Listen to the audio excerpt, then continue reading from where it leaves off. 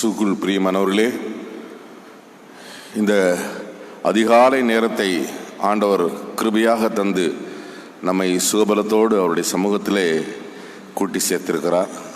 நன்றியிருந்த உள்ளத்தோடு ஆண்டவர் நம்மளுடைய வாழ்விலே நடப்பிக்கிற ஒவ்வொரு காரியங்களையும் உணர்ந்து அவரை ஆராதிப்போம். வாருங்கள். இயேசுராஜனே, உம்மை காண வாஞ்சையோடு வந்தேனே, நன்றி நிறைந்த உள்ளத்தாலே தோத்தரித்து பாடுவே. எங்களை நேசிக்கிற நல்ல ஆண்டவரே, நன்றி இருந்த உள்ளத்தோடு உம்மை பாடி உம்மை துதிக்க வந்திருக்கிறோம் சுவாமி. உம்முடைய வழி நடத்துதல் எல்லாம் எத்தனை ஆச்சரியமாக இருக்கிறது என்பதை உணர்ந்து உள்ளத்தின் ஆழத்திலிருந்து துதிக்கிறோம் சுவாமி. முகநூல் வாயிலாக, இணையதள வாயிலாக தங்களை இணைத்துக் கொள்கிற பிள்ளைகள், உள்ளூரிலும் வெளியூரிலும் வெளிநாடுகளிலும் இருந்து கவனிக்கிற பிள்ளைகள் ஒவ்வொருவரையும், எங்கள் கல்வாரி திருச்சபையின் குடும்பங்கள் ஆண்டவரே ஒவ்வொருவரையும் ஆசீர்வதியும். நிறைந்த ஆன்மீக சந்தோஷத்தை, புத்துணர்ச்சியை நாங்கள் பெற்றவர்களாக இந்த ஆராதனையிலிருந்து ஆண்டவரை திரும்பி செல்ல நீர் கிருபை செய்யும். வரக்கூடிய பிள்ளைகளை இந்த மழை தூவுகின்ற இந்த குளிர்ச்சியான ஆண்டவரே புலர்காலை பொழுதிலும் ஆண்டவரே அவர்களை ஆர்வத்தோடு கூட்டி சேரும், குறித்த நேரத்தில் கூட்டி சேரும். நிறைந்த ஆன்மீக சந்தோஷத்தை எங்களுக்கு தாரும்.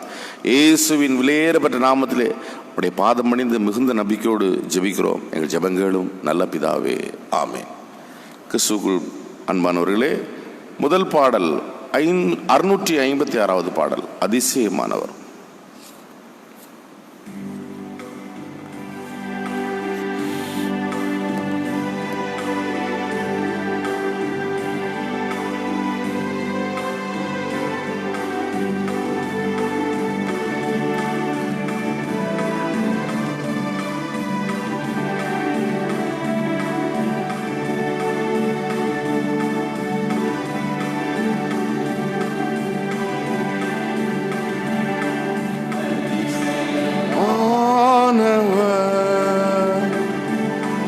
ஆலோசனை கர்த்தர், இம்மானுவேல் இயேசு இரட்சகர்,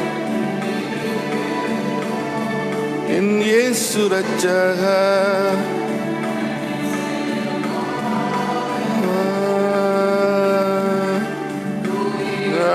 கூறியவர் தேவாதி தேவன், இனியவரே இனிவனின் மைந்தன், புதிகளுக்குரியவர் தேவாதி தேவன், இனியவர் இயேசு இறைவனின் மைந்தன். வழியோ அவரே, ஜீவனும் அவரே, வழியும் அவரே, ஜீவனும் அவரே, ஒளியாய் நிலவும் நாயகன் அவரே,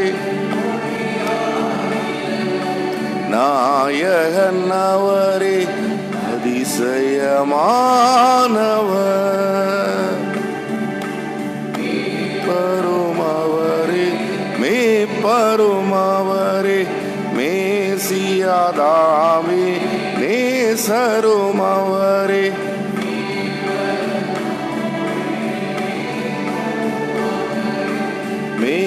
மேசியாதாமே நேசரும் அவர், சத்தியசீல சமாதான தலைவர், சத்தியசீலர் சமாதான தலைவர், நித்திய வாழ்வின் பாதையும் அவரே, பாதையும் அவரே, அதிசயமானவர். ஆலோசனை இம்மானுவேல் இயேசு ரட்சகர், என் இயேசு ரட்சகர்.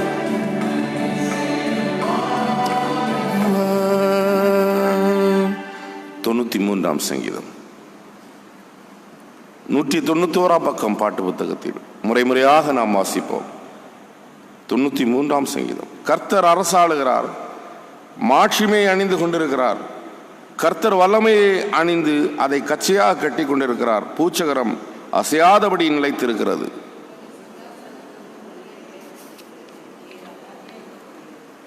கர்த்தாவே, நதிகள் எழும்பின, நதிகள் இரைச்சலிட்டன, நதிகள் அலைதிரண்டு எழும்புகின்றன.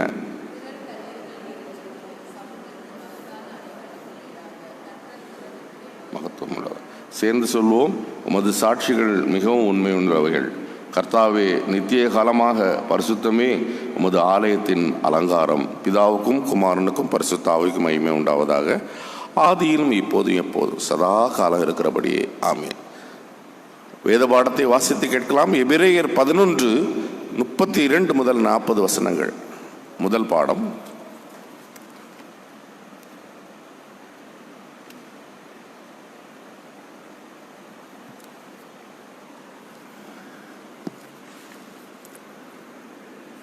எபிரேயர் 11ஆம் அதிகாரம் வசனங்கள் 32 முதல் 40 முடிய. பின்னும் நான் என்ன சொல்லுவேன்? கிதியோன், பாராக், சிம்சோன், எப்தா, தாவீது, சாமுவேல் என்பவர்களையும் திக்கத்தரசிகளையும் குறித்து நான் விவரம் சொல்ல வேண்டுமானால் காலம் போதாது.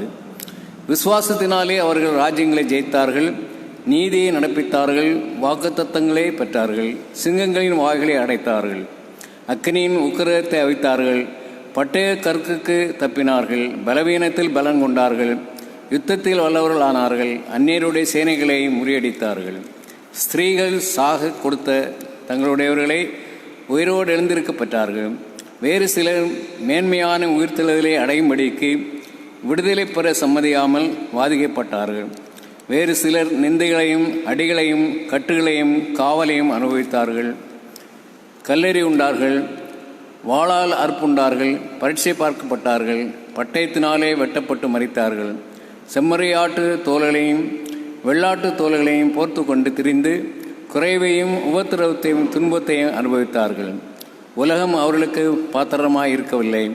அவர்கள் வனாந்தரங்களிலேயும் மலைகளிலேயும் குகைகளிலேயும் பூமியின் வெடிப்புகளிலேயும் செதுருண்டு அலைந்தார்கள்.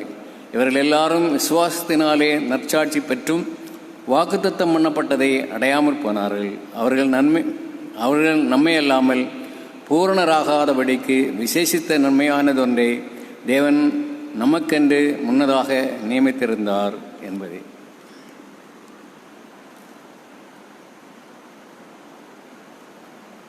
முதல் வேத பாகம் வாசித்து முடிந்தது. இரண்டாவது வேத பாகம் லூக்கா 12, அதிலே 49 முதல் 53 வசனங்கள். யாவரும் எழுந்து நின்று கேட்போம். பூமியின் மேல் அக்கினியை போட வந்தேன். ஏற்கனவே அது பற்றி இருந்திருக்க எவ்வளவோ விரும்புகிறேன். ஆகிலும் நான் பெற வேண்டிய ஒரு ஸ்நானம் உண்டு. அது முடிந்து தீர்மளவும் எனக்கு எவ்வளவோ மன நெருக்கம். சமாதானத்தை பூமியில் கொடுக்க வந்தேன் என்று நினைக்கிறீர்களோ? அல்ல, பிரிவினையே என்று உங்களுக்கு சொல்லுகிறேன். எப்படி எனில், இது முதல் ஒரே வீட்டில் 5 பேர் பிரிந்திருப்பார்கள். 2 பேருக்கு விரோதமாய் 3 பேரும், 3 பேருக்கு விரோதமாய் 2 பேரும் பிரிந்திருப்பார்கள். தகப்பன் மகனுக்கும், மகன் தகப்பனுக்கும், தாய் மகளுக்கும், மகள் தாய்க்கும், மாமி மருமகளுக்கும், மருமகள் மாமிக்கு விரோதமாய் பிரிந்திருப்பார்கள் என்றார் என்பதே. வசனத்தை வாசித்து கேட்ட நாம் நம்முடைய விசுவாசத்தை அப்போஸ்தல பிரமாணம் மூலமாக அறிவிப்போம். பரலோகத்தையும் புலோகத்தையும் படைத்த சர்வவல்ல பிதாவாகிய கடவுளை விசுவாசிக்கிறேன். அவருடைய ஒரே குமாரனும் நம்முடைய ஆண்டவருமாகிய இயேசு கிறிஸ்துவை விசுவாசிக்கிறேன். இவர் பரிசுத்த ஆவியினால் கர்ப்பத்தில் உற்பவித்து கன்னிமர் இடத்தில் பிறந்து பந்துமின் பாதையில் பாடுபட்டு சிலுவையில் அறைந்து மறுக்கடக்க கொள்ளப்பட்டார். பாதாளத்தில் இறங்கி 3ஆம் நாள் மருத்துவருந்து உயிர் தெழுந்தார். பரத்திற்கேறி சர்வவல்ல பிதாவாகிய கடவுளுடைய வலது பாரசத்தில் விற்றிருக்கிறார். அவ்விடத்திலிருந்து உயிருள்ளோரையும் மரித்தோரையும் நியாயத்திற்கு வருவார். பரிசுத்த ஆவியானவரை விசுவாசிக்கிறேன். பொதுவான பரிசுத்த கிறிஸ்தவ சபையும் பரிசுத்தவானுடைய ஐக்கியமும் பாவ மன்னிப்பும் சரீர உயிர்த்தெழுதலும் நித்திய ஜீவனும் உண்டென்று விசுவாசிக்கிறேன். ஆமேன். சபையார் அமர்வோம்.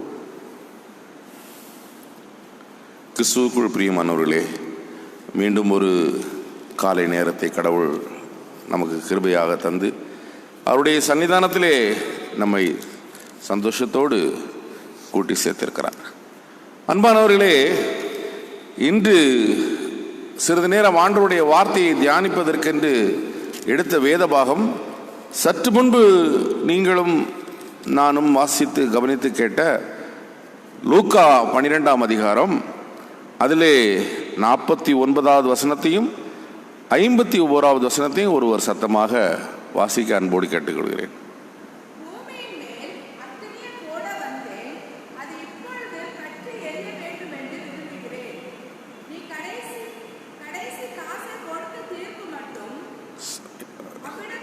நாற்பத்தி 49, 51.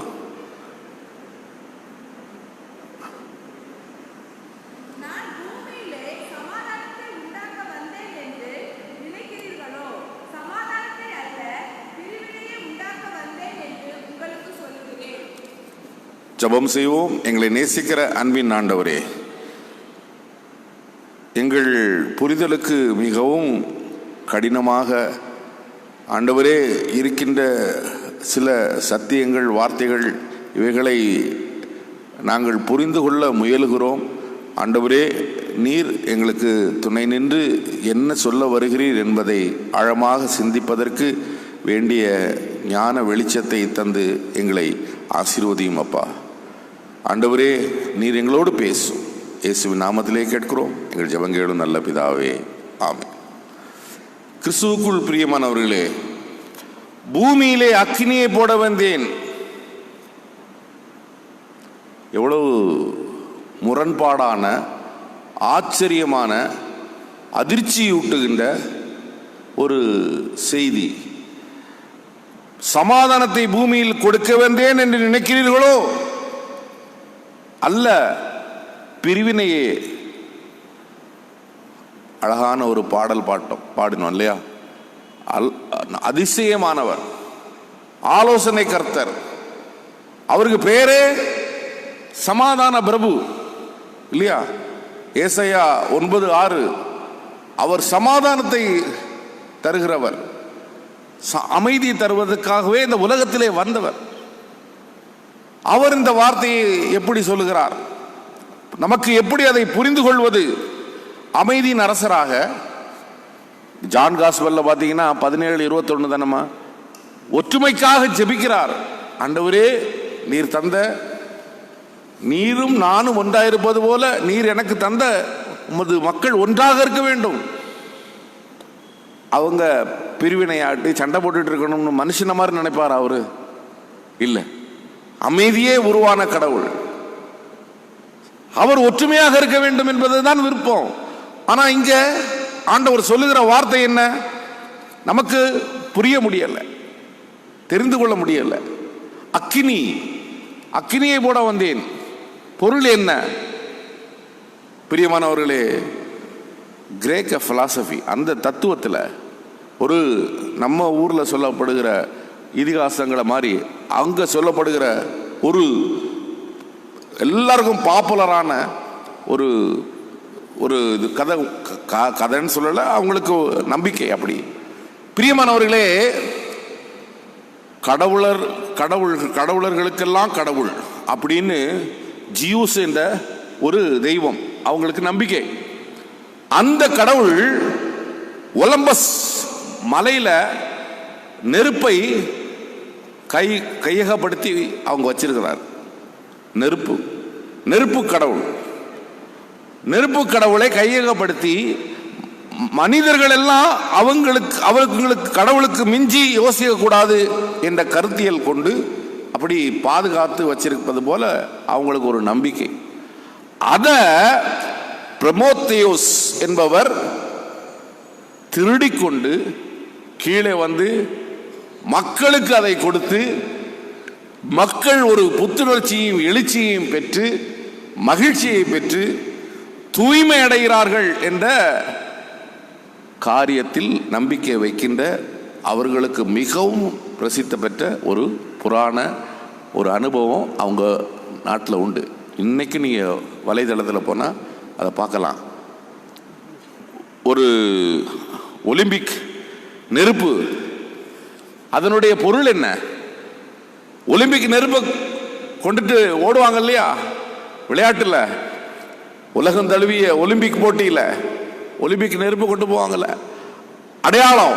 அதனுடைய பின்புலத்தை நீங்க தேடி பார்த்தீங்கன்னா அதை புரிய முடியும். அக்கினி, புத்துணர்ச்சியை கொடுக்கிற அக்கினி, அவர்களை புடமிடுகிற அக்கினி, புதுமையை தருகிற அக்கினி, அந்த இனத்திற்காக தியாகம் செய்த அந்த பிரமோத்தியு என்று சொல்லக்கூடிய அந்த ஒரு தூதனுக்கு அவர்கள் கொடுக்கிற, அந்த மனிதனுக்கு கொடுக்கிற ஒரு மரியாதையை போல இங்கே அக்கினியை கொடுக்கிறார் ஆண்டவர். அக்கினியை கொடுக்கிறார். அன்பானவர்களே, அதிலே ஒரு சத்தியம் இருக்கிறது. அக்கினி என்பது மலாக்கி 3:2-3 வசனங்கள். மல்கியா மலாக்கி 3:2-3 வசனங்களை பாருங்க.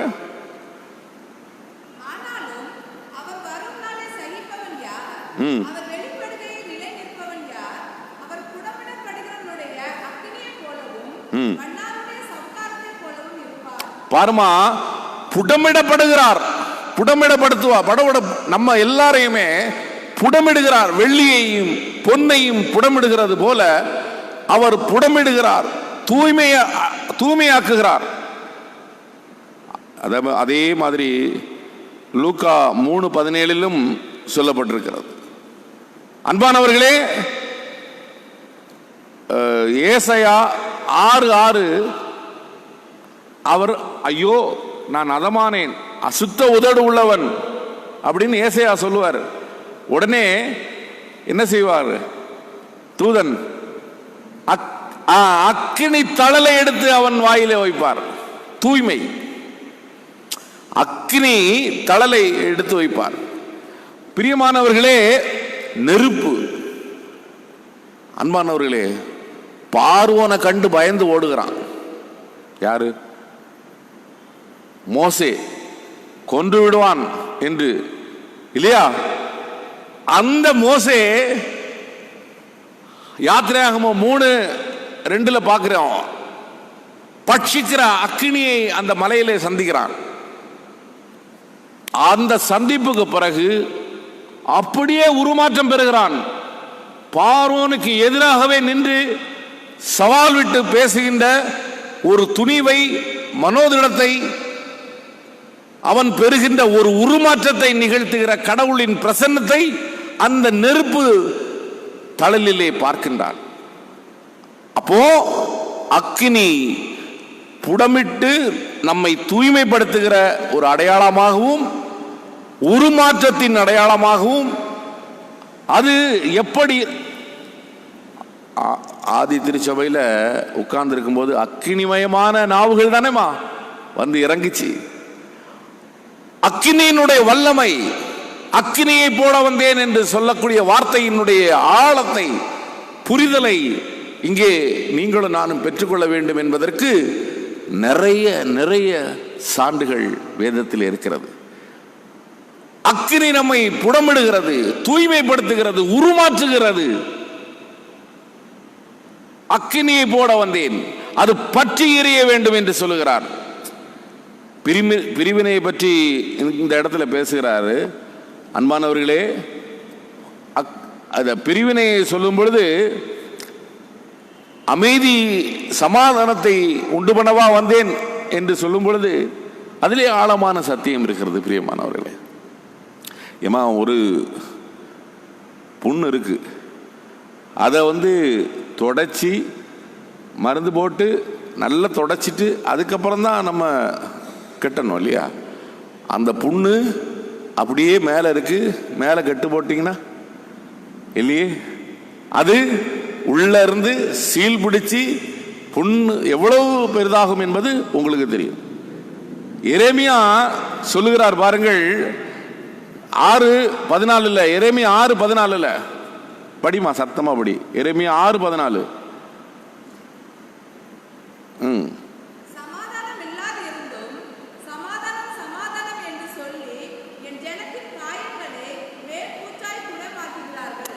சமாதானம் இல்ல, சமாதானமே இல்ல.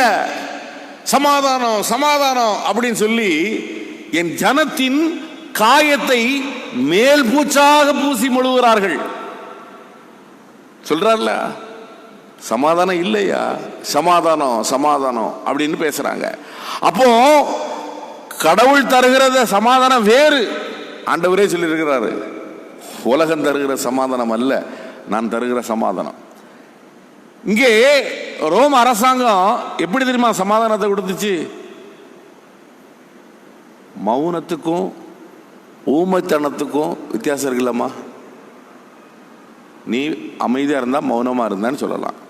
பேசவே முடியல அப்படின்னா மௌனமா இருக்கா அவ அப்படின்னா அது அர்த்தம் இல்லை. படைபலம், படைபலத்திலே கிளர்ச்சியை உண்டு பண்ணுகிறவர்கள் எல்லாம் அடித்து நொறுக்கி சிறைச்சாலையிலே இட்டு அவர்களை வாய் பேச முடியாம வச்சு அமைதியா இருக்கிறாங்க. டீச்சர் வந்து ஒரு பெரிய கம்பை பின்னாடி வச்சுக்கிட்டு, டேய் அப்படி அமைதியா இருக்குன்னா எல்லாம் பிள்ளைகளும் பயந்து, என் பிள்ளைகள் அமைதியா இருக்காங்க அமைதியா இருக்காங்க அப்படின்னு சொல்லுவது என்ன எவ்வளவு பொருந்தும்? அப்படிப்பட்ட ஒரு அமைதியை நிர்மாணிக்கிற ரோம அரசாங்கம், அடக்குமுறையினால் அமைதி. யூத தலைவர்கள் சமய சடங்கு என்ற பெயரில் சமாரியன் யூதன் ரெண்டு பேரும் சந்தித்தா தீட்டு, ஆணும் பெண்ணும் பேசினா தீட்டு, பொது இடத்துல பெண்கள் வந்தா தீட்டு, இப்படியெல்லாம் மக்களை கஷ்டப்படுத்தி எதிர்த்து பேச முடியாதபடி ஒரு சூழலை வைத்துக் கொண்டு அமைதி. என் ஜனத்துக்கு உண்மையான அமைதி, உண்மையான சுகத்தை தராமல் மேல் பூச்சாக அமைதி அமைதி என்று சொல்லுகிறார்களே, அதுதான் ஆண்டவர் இங்கே அறிவுறுத்தி பேசுகிறார். இயேசு தரும் இறையாட்சி, இயேசு தருகிற ஆட்சி, சங்கீதம் சொல்லுகிறதுல இயேசு தருகிற ஆட்சி, அரசாளுகிறார். அந்த ஆட்சியிலே அவர் தருகிற அமைதி வேறு, ஆழமான அமைதி.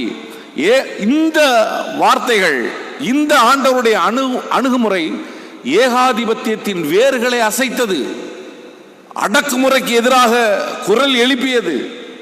நீங்க நானும் அதை ஆழமா பார்த்தாதான் நம்ம அதை புரிந்து கொள்ள முடியும். பிரியமானவர்களே, மேலூட்டமா எளிமையா கதை மாதிரி தான் இருக்கும். மேலூட்டமா எதையும் பார்த்தா அது குணப்படாது.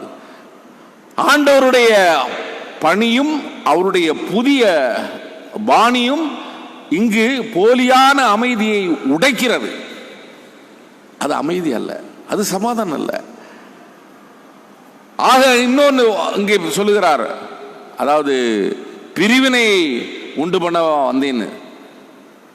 அன்பானவர்களே, நீங்க நானும் நினைக்கிற மாதிரி இல்லை. அந்த லூக்கா நற்செய்தி எழுதுகின்ற பேக்ரவுண்ட் சமயம் 80 முதல் கிபி 80 முதல் 90 வரை கிறிஸ்தவர்கள் வேட்டையாடப்பட்ட காலம். கிறிஸ்தவர்களை துன்பப்படுத்தினார்கள். குடும்பத்திலே பிரிவினை. யாரும் கிறிஸ்தவன் வந்தாங்கன்னா, சோல்ஜர்ஸ் எல்லாம் வந்தாங்கன்னா, அந்த அம்மா தான் கிறிஸ்டியன், அவங்க தான் ப்ரேயர் பண்ணிக்கிட்டே இருப்பாங்க, அவங்க தான், நாங்கள் இல்லை. அப்படி பெர்சிகூஷன் குடும்பத்திலே ஒருத்தருக்கு ஒருத்தர். இன்னைக்கும் பாருங்களேன், கிறிஸ்துவை ஏற்றுக்கொண்டதனால் எத்தனை குடும்பத்திலே ஒதுக்கி வைக்கப்பட்டு, நீங்கள்லாம் இங்கே நம்ம ஊர்லாம் கேட்குறோமோ இல்லையோ, அந்த பக்கம்லாம் நீங்கள் நல்ல முடியும், மதுரை திருச்சி அந்த பக்கம்லாம் போனீங்கன்னா இன்னைக்கும் அவர்களை வீட்டிலிருந்து குடும்பத்திலிருந்து புறம் தள்ளுகிறார்கள். ஏன் கொலை கூட செய்கிறார்கள். செய்தியெல்லாம் கேட்டிருக்கோம். அப்படிப்பட்ட பெர்சிகூஷன் காலம், பிரிவினைகள் உண்டு பண்ணுகிற காலம், குடும்பத்திலே கூட ஒருவர் காட்டி கொடுக்கிற காலம், இப்படிப்பட்ட காலங்கள் எல்லாம் சந்திக்கப்பட்டன. அதெல்லாம் பேக்ரவுண்ட் எல்லாம் நம்ம யோசிச்சு அந்த கான்டெக்ட்ல போய் அந்த ஹிஸ்டரி, அந்த பின்புலம் ஏன் அப்படி சொன்னார் என்பதை ஆராயும் பொழுதுதான் அந்த வார்த்தையினுடைய உண்மையை நீங்களும் நானும் புரிந்து கொள்ள முடியும். பிரியமானவர்களே, ஆண்டவர் தருகின்ற இறையாட்சியின் அனுபவம் எப்படின்னா அன்பு, நீதி, உண்மை. இதுதான் அடிப்படையா இருக்கணும். போலியை எல்லாரும் நினைக்கிற மாதிரி சுவிசேஷம், கடவுளுடைய வார்த்தை வலி நிவாரணம்னு எடுத்துக்கூடாது. வலி நிவாரணம்னா தலைவலிக்கு ஒரு மாத்திரையை போட்டுக்குவோம், வலி உடனே அந்த நேரம் குறையும். அப்படி அல்ல, முழுமையாக வலியே நீங்க வேண்டும். அதுதான் ஆண்டவருடைய சித்தம், ஆண்டவருடைய திட்டம். ஆக இயேசு தருகிற நற்செய்தி வலி நிவாரணி அல்ல பிரியமானவர்களே, உள்ளத்தின் ஆழத்திலிருந்து புடமிடுகிற சுட்டெரிக்கும் ஆற்றலாக வெளிப்படும், உண்மைக்கு அத்தாட்சி தரும் ஆற்றலாக நீங்களும் நானும் இருக்க வேண்டும் என்பதைத்தான் ஆண்டவர் இங்கே சூசகமாக எடுத்து ஏம்புகிறார். அமைதி காக்க வேண்டும். அமைதியை காக்கலாம் வேண்டாம், அமைதியை உருவாக்க வேண்டும். அமைதியை காக்க வேண்டாம், அமைதியை உருவாக்கணும். பீஸ் மேக்கர்ஸ் இல்லையா, ஏற்கனவே சொல்லியிருக்கேன் இல்லையா, அமைதியை உருவாக்க வேண்டும். ஆவியின் கனல் நெருப்பு நமக்குள் பற்றி எரிய வேண்டும். இயேசு நமக்கு தந்த நெருப்பு உண்மையான அமைதியை, பாகுபாடற்ற சமூகத்தை நம்ம வெளிப்படுத்த வேண்டிய பொறுப்பு நம்மிடத்தில் இருக்கிறது. குணப்படுத்துகிற படிநிலையை உணர்ந்து கொள்வோம். ஆண்டவர் தருகிற வார்த்தையினுடைய உள்ளான புரிதலை தெரிந்து கொள்வோம். அமைதி அடக்குமுறையினால் தான் காக்கப்படும் என்பது தவறு. அமைதி விளைகின்ற சமூக சூழலை உருவாக்குகின்ற பொறுப்பு உங்களுக்கும் எனக்கு இருக்கு. நமது உள்ளத்தின் ஆவியின் கனல் எரியணும். நம் உள்ளத்தில், இறைவா எமது உள்ளத்தில் ஆவியின் கனல் பற்றி எரிய வேண்டும். உமது மகன் இயேசுபிரான் கொண்டு வந்த அந்த நெருப்பு, அந்த தீ ஜுவாலை எங்களை புடமிட்டு, எங்களை தூய்மைப்படுத்தி, மெருகூட்டி, புது படைப்பாக உருமாற்றம் பெற உதவி செய்யும். உண்மையான அமைதியை, பாகுபாடற்ற சமூகத்தை உருவாக்கும் வேட்கை எங்கள் உள்ளத்தில் பற்றி எரிய வேண்டும். ஆண்டவரே, அதற்கு நீர் உதவி செய்யும். எங்களை அர்ப்பணிக்கிறோம். ஆண்டவரே, அதற்கு நீர் எங்களுக்கு உதவி செய்யும் என்று ஆண்டவர் சமூகத்திலே நம்மை ஒப்புக் கொடுப்போம். ஆண்டவர் அப்படிப்பட்ட அமைதியை நிலைநாட்ட இந்த உலகத்திலே அக்கினியினால் உருமாற்ற பெறுகிற பிள்ளைகளாக ஆண்டவர் நம்மளை புடமிடுகிற ஆண்டவர் அனுபவத்திற்குள் நம்மை ஒப்புக் கொடுப்போம். ஆண்டவர் தாமே இந்த வார்த்தைகளை கொண்டு புதிய தரிசனத்தை, புதிய பார்வையை கொடுத்து புதிய படைப்பாக உங்களை என்னை மாற்றுவாராக. ஆமீன். எல்லா புத்திக்கும் மேலான தெய்வீக சமாதானம் உங்கள் இருதயங்களை, சிந்தனைகளை கிறிஸ்து இயேசுவுக்குள் நிலைவரப்படுத்தி காப்பாராக. ஆமீன். 623வது பாடல்.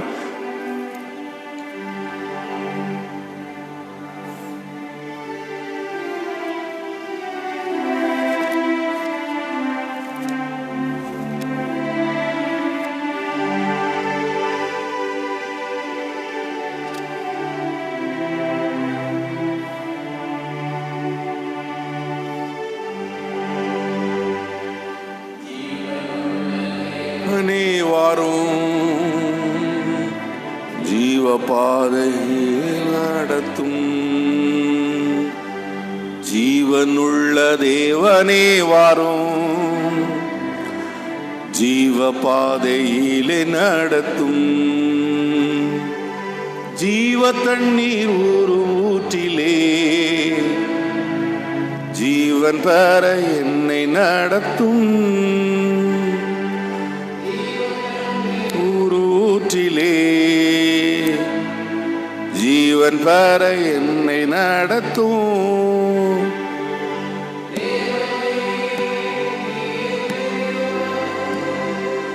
தேவனே,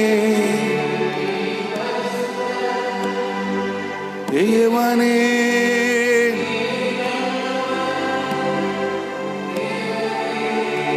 நீர் உள்ளவர். ஜீவ தண்ணீர் ஊறும் ஊற்றிலே ஜீவன் பெற என்னை நடத்தும்.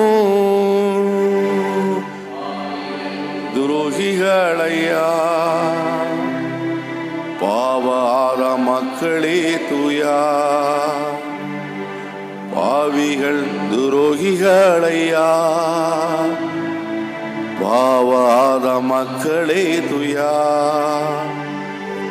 பாதகர் என் பாவம் போக்கவே பாதகர் போல் தொங்கி நீரல்லோ.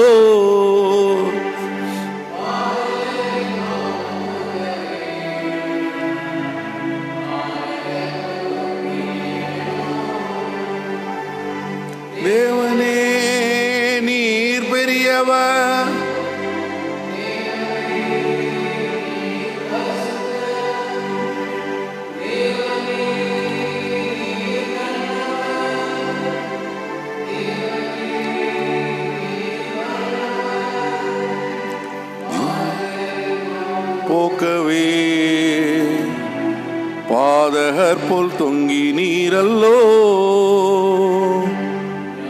தீர்ப்பில் நாள் நெருங்குதே, நேசர் வர காலமாகுதே, நியாய தீர்ப்பின் நாள் நெருங்குதே, நேசர் வர காலமாகுதே.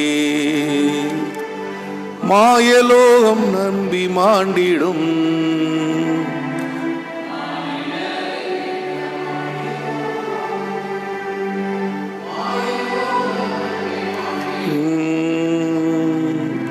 மானிடரை மீட்க மாட்டீரோ, தேவனே நீர் பெரியவர், தேவனே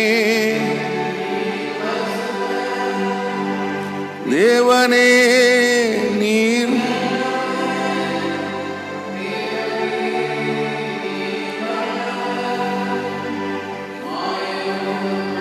மாண்டிடும், மானிடரை மீட்க மாட்டீரோ.